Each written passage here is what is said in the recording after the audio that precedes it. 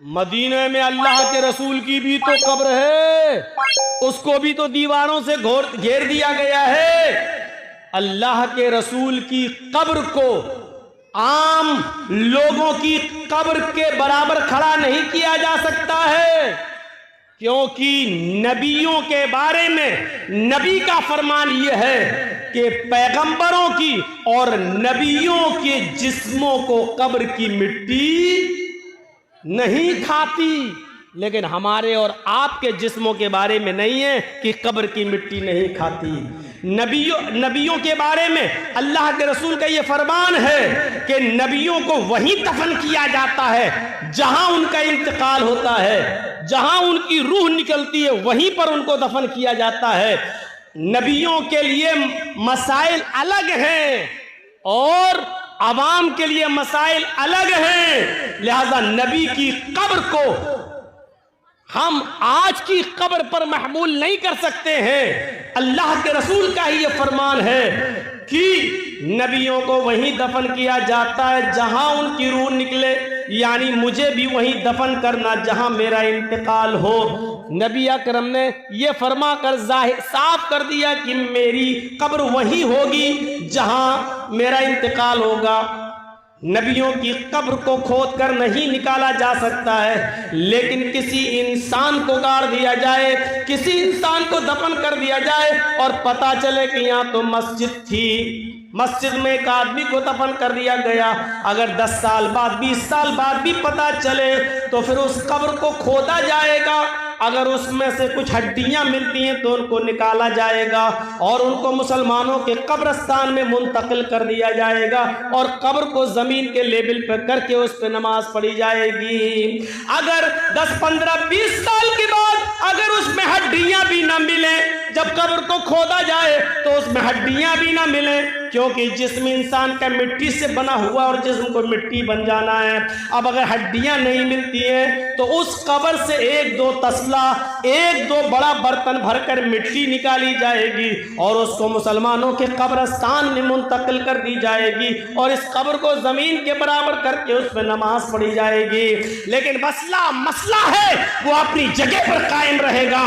آپ اس کی چاہے کتنی دیواریں کھڑی کر دیں، چاروں طرف سے اس کو کتنا بھی گھیر دیں، لیکن جس قبر مسجد کے اندر قبر ہے اس مسجد کے اندر نماز نہیں ہوگی، نہیں ہوگی، نہیں ہوگی۔ یہ اسی نبی کا فرمان ہے جس نبی کا فرمان یہ ہے کہ نبیوں کو وہیں دفن کیا جاتا ہے جس جگہ نبیوں کا انتقال ہوتا ہے۔ اسی نبی کا یہ بھی فرمان ہے کہ اپنے گھروں کو قبرستان مت بناؤ۔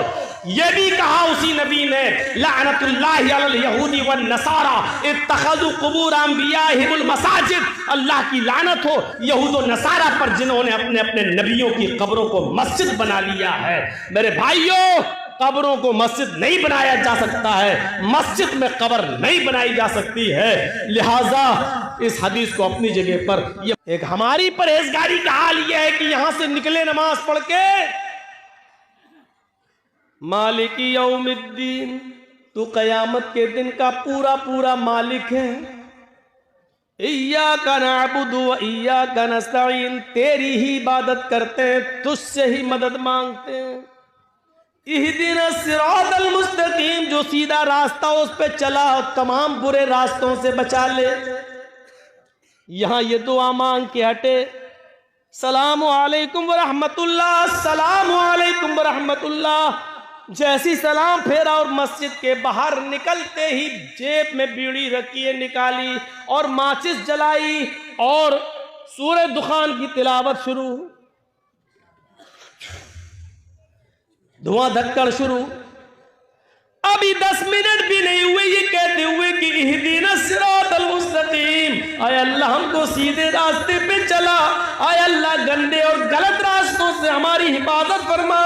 اب یہ دعا مانگے ہوئے 10 منٹ بھی نہیں ہوئے اور یہاں آ کر یہ ہے ہماری عبادتوں کا اور ہماری نمازوں کا حل۔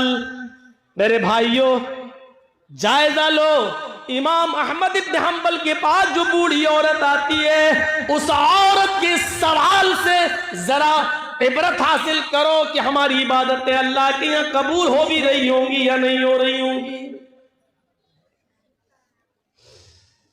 سوچو تو صحیح، غور تو کرو میرے بھائیوں.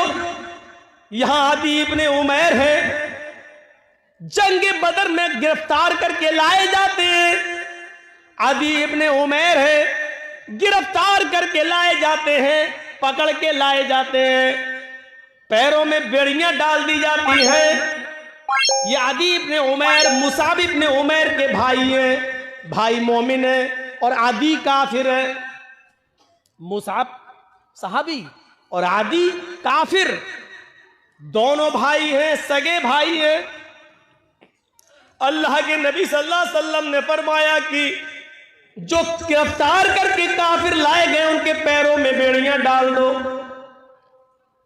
عدی کے پیروں میں جب بیڑیاں ڈالی جانے لگی تو مصعب ابن عمیر وہیں کھڑے ہو گئے، اور جو ان کے پیروں میں بیڑیاں ڈال رہا تھا صحابی عدی ابن عمیر کے پیروں میں، وہیں کھڑے ہو کے مصعب ابن عمیر کہنے لگے اے صحابی اپنے دوست سے، اے دوست اس کے پیروں میں بیڑیاں ذرا ٹائٹ ڈالو، یہاں سے کس دو، میں اس کو اچھی طریقے سے جانتا ہوں، یہ لاک توڑنے میں، زنجیر توڑنے میں بڑا ماہر ہے، یہاں سے ٹائٹ کر دو ورنہ یہ توڑ کے بھاگ جائے گا. جب مصعب ابن عمیر یہ کہہ رہے تھے کہ اس کے پیروں میں یہاں سے ٹائٹ کرو، یہاں سے ٹائٹ کرو، یہاں سے لاک لگاؤ، تو عدی ابن عمیر کو اتنا غصہ آ رہا تھا کہ مارے غصے کے عدی چیخ پڑا اے مصعب تجھے شرم آنی چاہیے، تو اسی عمیر کا بیٹا ہے جس کا بیٹا میں ہوں، تیری رگوں میں اسی باپ کا خون دوڑ رہا ہے جس کا خون ہماری رگوں میں دوڑ رہا ہے، لیکن آج تجھے بھائی کہتے ہوئے شرم آ رہی ہے. تیری غیرت کیسے گوارا کر رہی ہے کہ تیری آنکھوں کے سامنے تیرے سگے بھائی کے پیروں میں بیڑیاں ڈالی جا رہی ہیں اور تو دیکھ رہا ہے کھڑے ہو کر، اور دیکھ ہی نہیں رہا ہے بلکہ مشورہ دے رہا ہے کہ یہاں سے ٹائٹ کرو. تھوکتا ہوں تجھ پر بھائی کہتے ہوئے شرم آتی ہے تجھے.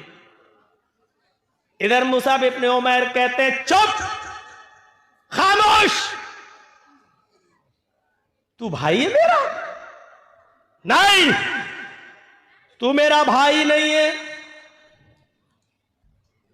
عدی کہتا ہے کیا عمیر تیرا باپ نہیں ہے؟ کیا میری ماں تیری ماں نہیں ہے؟ کیا عمیر کا خون تیری رگوں میں نہیں دوڑ رہا ہے؟ کیا میری ماں کا دودھ تیری رگوں میں خون بن کر نہیں دوڑ رہا ہے؟ جواب دیا عمیر میرا باپ ہے، یہ سچ ہے، تیری ماں میری ماں، یہ سچ ہے، تو نے اور میں نے ایک ہی ماں کا دودھ پیا ہے، یہ بھی سچ ہے، تیری اور میری رگوں میں ایک ہی باپ کا خون دوڑ رہا ہے، یہ بھی سچ ہے، لیکن یہ سچ نہیں ہے کہ تو میرا بھائی ہے. جانتا ہے میرا بھائی کون ہے؟ عدی نے کہا پھر کون ہے اگر میں تیرا بھائی نہیں ہوں؟ میرا بھائی وہ ہے جو تیرے پیروں میں بیڑیاں ڈال رہا ہے. یہ تیرا بھائی ہے؟ ہاں، اس لیے کہ میرے بھائی نے کلمہ پڑھا ہے اشہد ان لا الہ الا اللہ و اشہد ان محمدن عبدہ و رسولہ. بخاری شریف کی حدیث کے اس واقعے سے ہمیں یہ پتا چلتا ہے میرے بھائیوں کہ اسلام لانے کے بعد، ایمان کلمہ پڑھنے کے بعد، لا الہ الا اللہ محمد رسول اللہ کا اقرار کرنے کے بعد، اسلامی رشتے سے کلمے کی بنیاد پر اپنے ساتھی کی جو عزت ہوتی ہے وہ پھر سگا بھائی بھی وہ درجہ نہیں رکھتا ہے.